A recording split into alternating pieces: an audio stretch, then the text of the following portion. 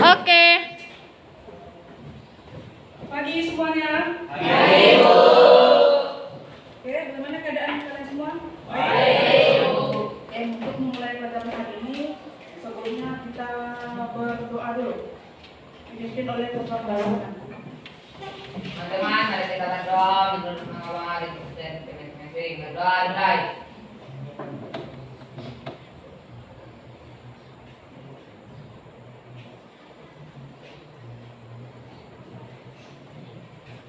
Doa selesai. Oke, baik. Untuk hari ini siapa yang tidak hadir? Ada yang hadir? Ada semua? Hadir semua. Oke, boleh buka bukunya. Kita masuk di bab 2 dengan judul. Tapi sebelumnya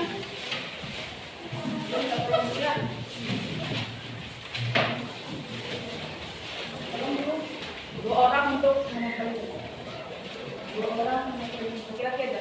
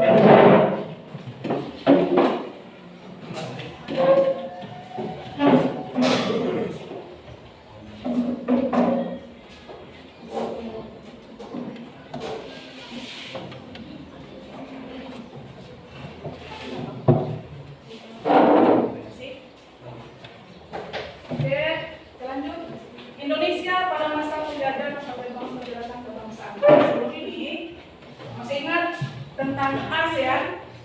Ya, jadi kalau masalah ASEAN, berarti ASEAN itu terletak di mana, teman-teman? Yang terletak di mana? ASEAN. Bagus. ASEAN terletak di Asia Tenggara. Jadi Indonesia termasuk di dalam negara benua Asia yang beradanya di Asia Tenggara. Jadi kenapa ASEAN ini bisa kita masukkan ke sini? Karena Indonesia sama-sama pernah merasakan apa yang dirasakan oleh negara-negara ASEAN lainnya. Ya. Jadi itu makanya kenapa kita merasakan negara ASEAN dulu. Oke, kita masuk. Indonesia akan masa penjajahan. Kita masuk dengan penjajahan. Penjajahan. Ya. Ingat, Indonesia pernah dijajah oleh dua benua. Benua apa, angkat tangan? Benua apa? Angkat tangan. Benua Asia sama benua Eropa. Dua benua ini nanti yang pernah menjajah Indonesia. Yang pertama yaitu benua Eropa. Yang tahu apa-apa yang pernah menjajah Indonesia? Eropa. Belanda, Portugis. Ya. Spanyol. Inggris. Jadi apa? Portugis, Spanyol, Inggris, dan Belanda. Belanda. Ini adalah negara yang pernah menjajah Indonesia. Terus, kenapa mereka datang ke Indonesia untuk menjajah Indonesia? Apa faktor pertamanya? Untuk mengambil rempah-rempah. Untuk mengambil rempah-rempah. Contoh rempah-rempah yang mereka mau: cengkeh, kemiri, dan pala, dan lain-lain. Gunanya untuk apa? Bu, untuk mengaitkan suhu badan mereka karena di Eropa ada musim dingin. Untuk menghangatkan suhu badan mereka karena di Eropa itu ada musim dingin. Yang lain untuk ada? Ada? Untuk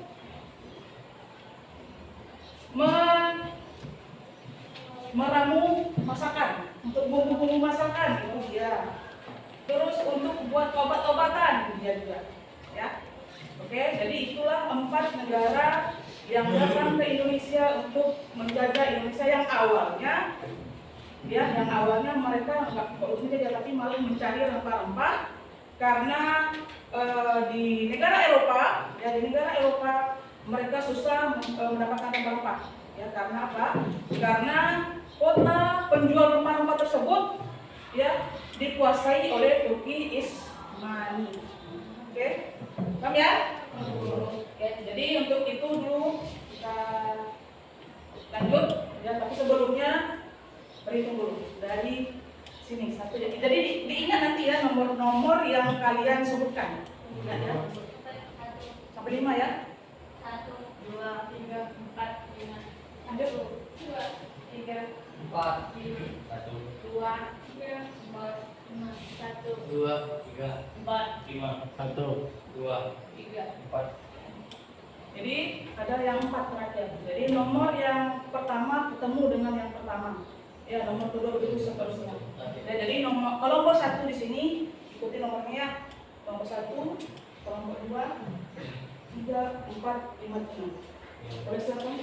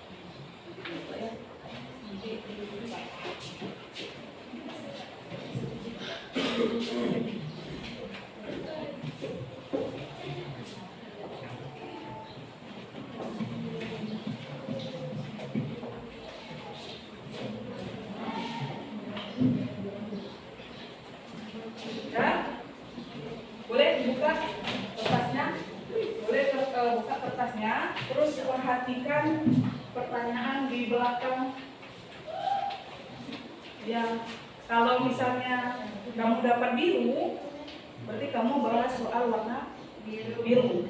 Kalau kamu dapat merah, berarti kamu bahas soal yang warna merah.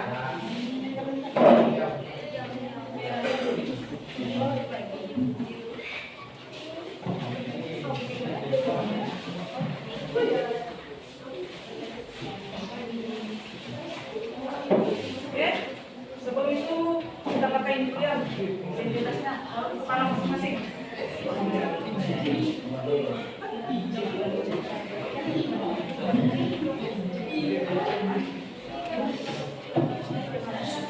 Jadi kalau yang merah pakai juga topi yang warna merah.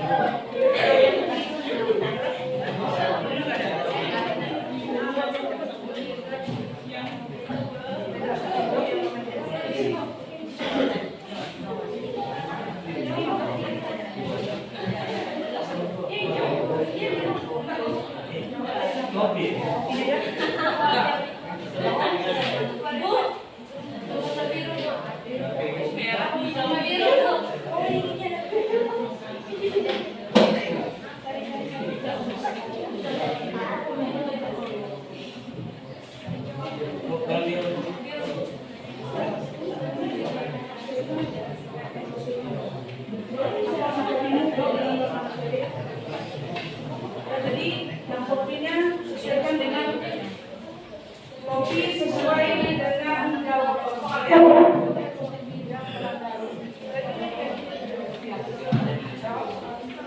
Jadi kerja kalian di sini yaitu menjawab pertanyaannya yang di kertas, boleh diambil dari buku, boleh diambil dari smartphone. Kan dari informasi ada bukti, ya. Boleh pakai smartphone-nya untuk mencari jawabannya. Semakin banyak jawabannya semakin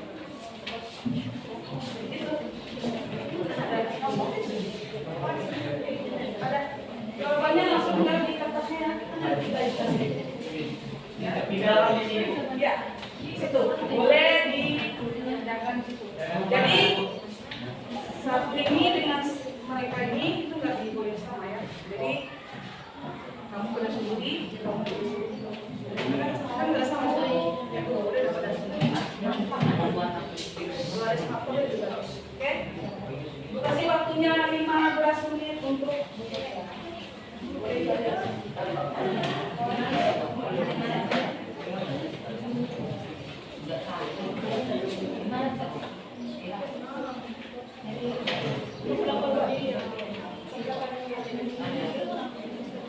Kerjakan sesuai dengan iya di sini. Kalau soalnya sama dengan iya.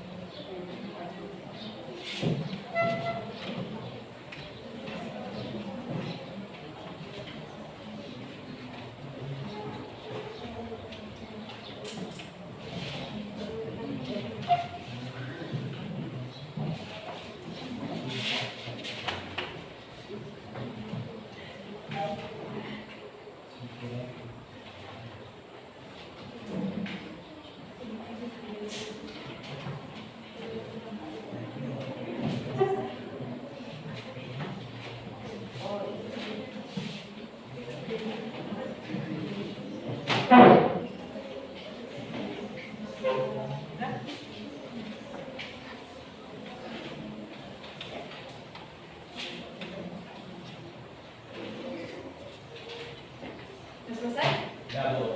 Selesai semua? Oke. Ya. Sekarang buat kalian cari teman yang sama topinya dengan kamu. Jadi satu kelompok itu sama. Oke. Merah, kuning, hijau, biru, kuning. Merah, hijau, merah, kuning, hijau. Kuning sini.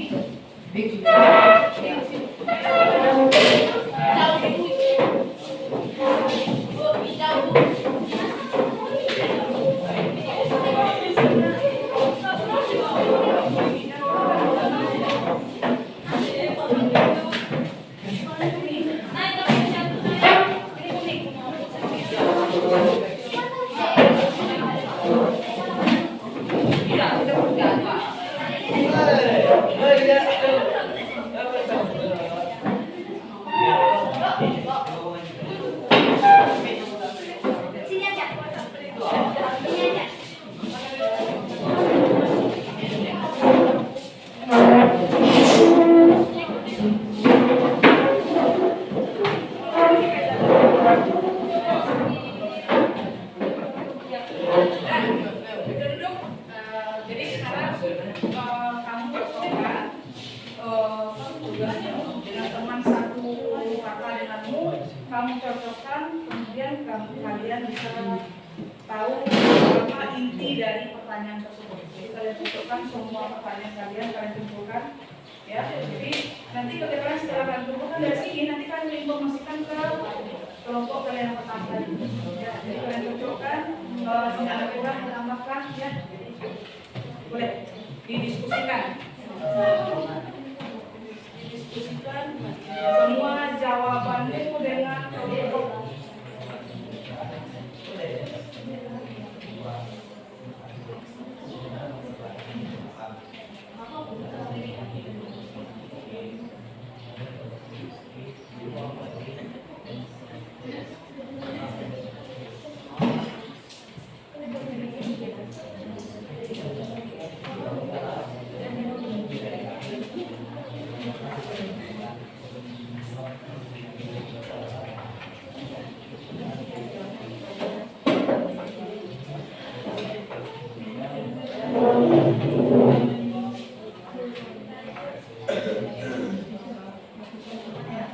Cocokkan dengan kelompok masing-masing.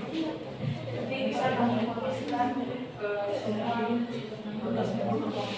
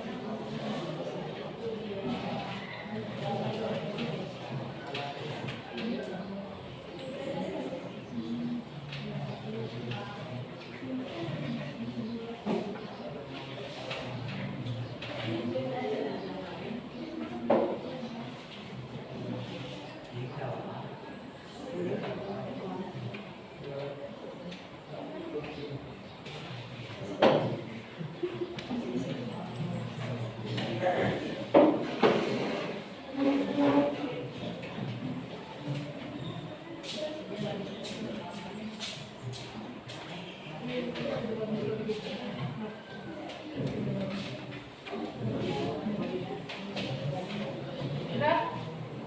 Sudah dapat semua jawabannya? Oke, kembali lagi ke kelompok asalnya. Boleh kembali ke kelompok asalnya.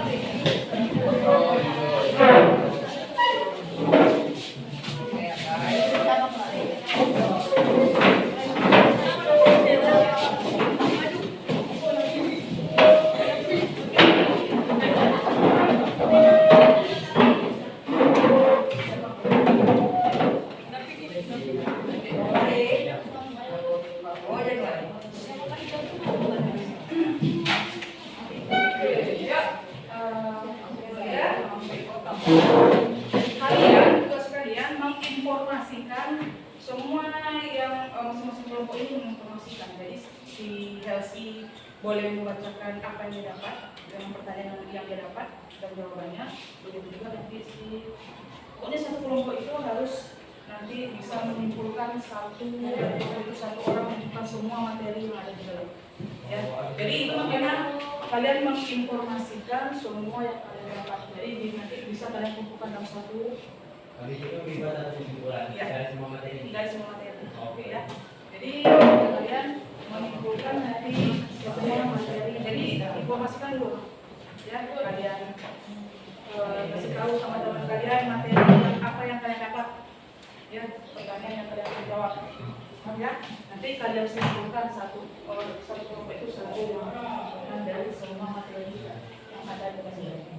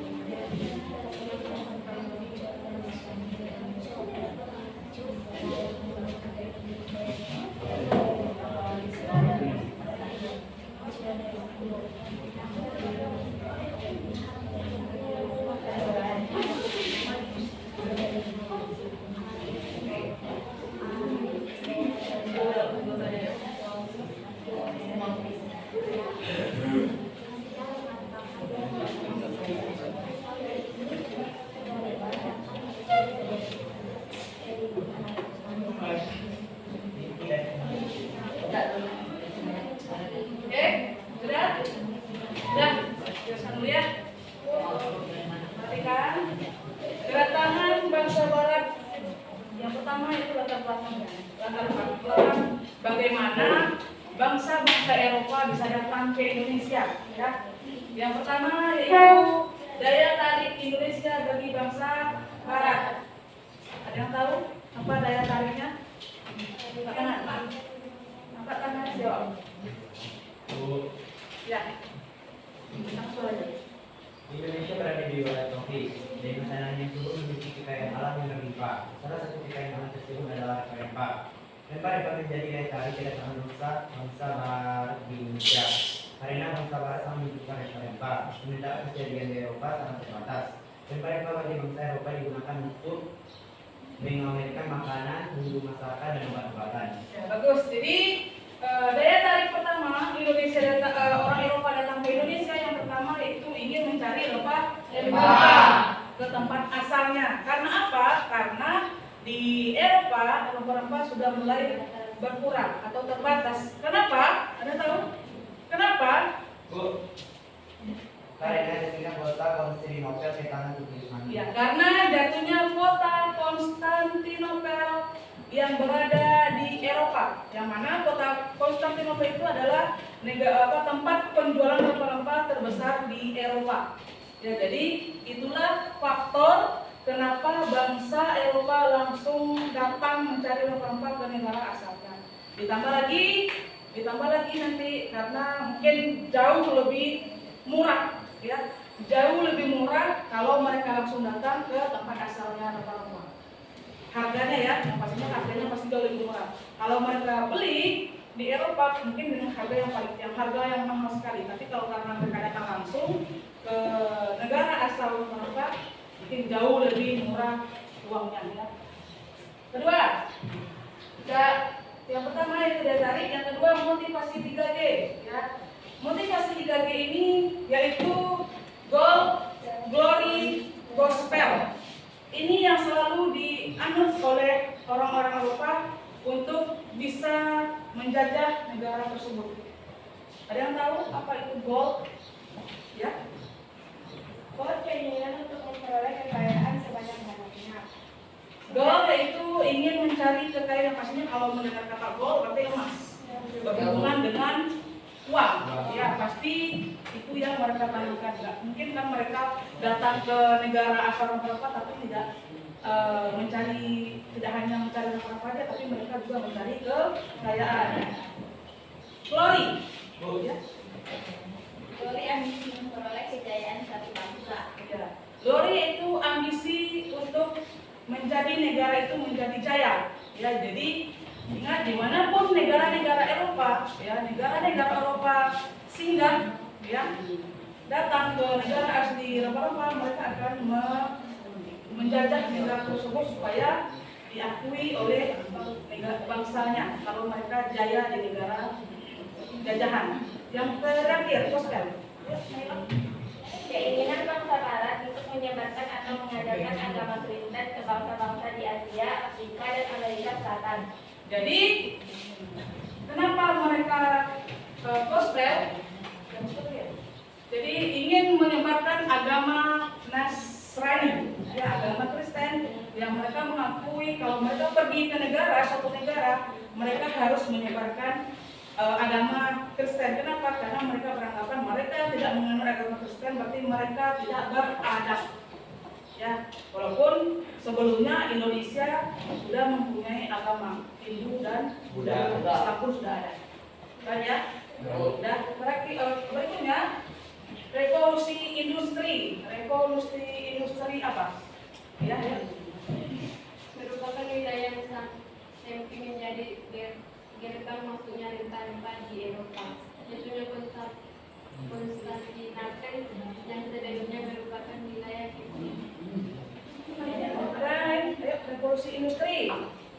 Revolusi industri merupakan pergantian atau perubahan secara menyeluruh dalam memproduksi barang yang dikerjakan oleh tenaga manusia atau hewan menjadi tenaga mesin. Ya, jadi revolusi industri adalah segala perubahan dalam bidang industri yang biasanya pekerjaan ya dilakukan oleh tenaga manusia kemudian berubah menjadi tenaga mesin. Yang awalnya mungkin menanam padi, ya, yang awalnya misalnya menanam padi dengan tenaga manusia, ya, dengan tenaga hewan, ya, mencampur kan pakai tenaga manusia, ya, membajak kan pakai tenaga hewan besar, ya. Tapi karena adanya revolusi industri ini nanti dirubah, ya, dirubah menjadi tenaga mesin. Karena apa? Karena ditemukanlah nanti di revolusi industri ini ditemukanlah mesin uap. Ya, hal inilah nanti karena ada revolusi industri, hal inilah nanti yang membuat bangsa-bangsa Eropa untuk bisa menjelajahi samudra dengan kapal. Karena apa? Karena mereka menggunakan mesin, ya, tidak menggunakan tenaga manusia ataupun tenaga angin. Mereka menggunakan mesin untuk menjelajahi samudra, semua samudra yang ada di dunia, yang khususnya datang ke Indonesia. Kan ya? Jadi itulah kenapa mereka bisa datang, nanti ada gelombang-gelombangnya, mereka bisa datang ke Indonesia. Paham ya? Lanjut, munculnya teori heliosentris, ya. Teori heliosentris adalah teori yang menyatakan bahwa matahari merupakan pusat dari sistem tata surya dan bumi bergerak mengelilingi dalam orbit lingkaran. Jadi kalau mendengar kata teori heliosentris, ya, yang dulunya orang Eropa belum kenal dengan namanya teori heliosentris. Malah mereka mengenal yang namanya teori geosentris, ya, yang mengatakan kalau pusat tata surya, ya, pusat tata surya itu bumi. Tapi kalau karena sudah ditemukan teori heliosentris ini, akhirnya tata surya itu adalah matahari. Jadi matahari yang dikelilingi bumi. Tapi kalau geosentris itu matahari yang mengelilingi bumi. Pak? Iya. Jadi kalau di heliosentris matahari yang dikelilingi bumi, ya. Jadi matahari yang bumi yang mengelilingi matahari, ya. Tapi kalau di geosentris bumi di tengah-tengah, matahari yang berjalan. Ya, itu dia. Kenapa? Karena memang dulunya mereka menganggap karena yang bergerak itu bukan bumi, malah matahari, karena ada dari terbitnya matahari sampai terbenamnya matahari. Ya kan? Kalau dilihat, kalau tanpa pengetahuan otomatis kan kita lihat kan bukan bumi, kita kan stop di sini aja. Kita kan nggak bergerak, kita kan bumi kan, kita kan nggak bergerak, tapi malah kita yang mengelilingi matahari. Tapi karena mereka berpendapat seperti itu, teori geosentris mengatakan kalau matahari lah yang berjalan mengelilingi bumi, ya, itu nanti dipatahkan oleh heliosentris. Ya, jadi itulah materi bagaimana masuknya bangsa-bangsa Eropa, ya, yaitu ada Inggris, ada Spanyol, Portugis, dan Belanda. Inilah mereka yang awalnya datang ke Indonesia sampai nanti mereka menjajah Indonesia, khususnya Belanda, sampai 3,5 abad lamanya menjajah Indonesia. Ada pertanyaan? Ada pertanyaan? Oke? Sudah semua, ya? Siapa yang bisa menyimpulkan pertanyaan? Siapa yang bisa menyimpulkan semua yang saya sampaikan tadi? Boleh disimpulkan. Ayo. Simpulkan aja. Nggak perlu banyak-banyak. Disimpulkan.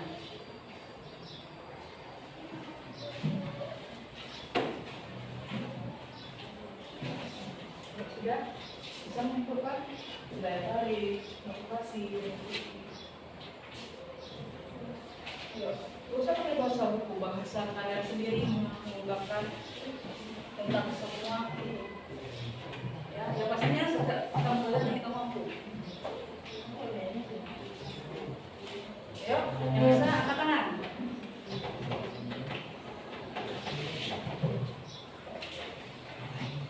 Ya, Kaila, silakan.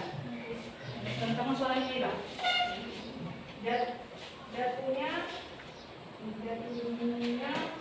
kota Konstantinopel Usmani mengakibatkan bangsa Barat menghubungkan rempah-rempah karena di kota itulah rempah-rempah banyak ditemukan. Ya, dengan adanya revolusi industri revolusi industri atau pergantian atau perubahan secara menyeluruh dalam produksi barang yang sebelumnya menggunakan tenaga manusia atau hewan jadi mesin, juga mendorong faktor untuk melakukan penjajahan terhadap bangsa-bangsa lain. Ya. Daya tarik bangsa Barat datang ke Indonesia adalah untuk mencari rempah-rempah dan mencari 3G, yaitu gold, glory, gospel. Gold keinginan untuk memperoleh kekayaan sebanyak-banyaknya, sedangkan glory ambisi memperoleh kejayaan suatu bangsa, dan gospel keinginan bangsa Barat untuk menyebarkan atau mengajarkan agama Kristen ke bangsa-bangsa di Asia, Afrika, atau Amerika Selatan. Sedangkan teori heliocentris adalah teori yang menyatakan bahwa matahari merupakan pusat dari tata surya dan bumi bergerak mengelilingi dalam orbit berbentuk lingkaran. Ya, jadi itulah kesimpulan dari semua materi hari ini. Saya mengatakan kalau penjajah samudera itu yang pertama kali mereka bisa datang ke Indonesia atau mencari rempah-rempah karena awalnya pasti dari jatuhnya kota Konstantinopel, yang mana Konstantinopel itu adalah negara yang menjual rempah-rempah. Terus ditambah lagi dengan revolusi industri. Karena ada revolusi, makanya ada mesin untuk mereka bisa menjelajahi samudra, ya, untuk datang langsung ke Indonesia, ya, mencari rempah-rempah. Terus ditambah lagi adanya motivasi 3G yang mengatakan kalau orang Eropa menjelajah harus menggunakan yang namanya 3G, God, Glory, Gospel. Jadi 3 inilah nanti yang dianut sampai mereka bisa merebut, ya, bisa lama di Indonesia karena ada 3G. Terus munculnya teori heliocentris itu mengatakan kalau bumi itu bulat, yang bumi mengitari matahari, bukan matahari yang mengitari bumi, tapi bumi yang mengitari matahari. Oke, dari pelajaran hari ini kalian sudah bisa menyimpulkan. Jadi untuk minggu depan, ya, untuk minggu depan kita akan bahas tentang kedatangan bangsa Barat, khususnya kita akan membahas tentang bagaimana Spanyol, Portugis, ya, datang ke Indonesia, perjalanan mereka. Ya, dari situ kita tutup pelajaran kita hari ini. Selamat pagi. Pak Ibu.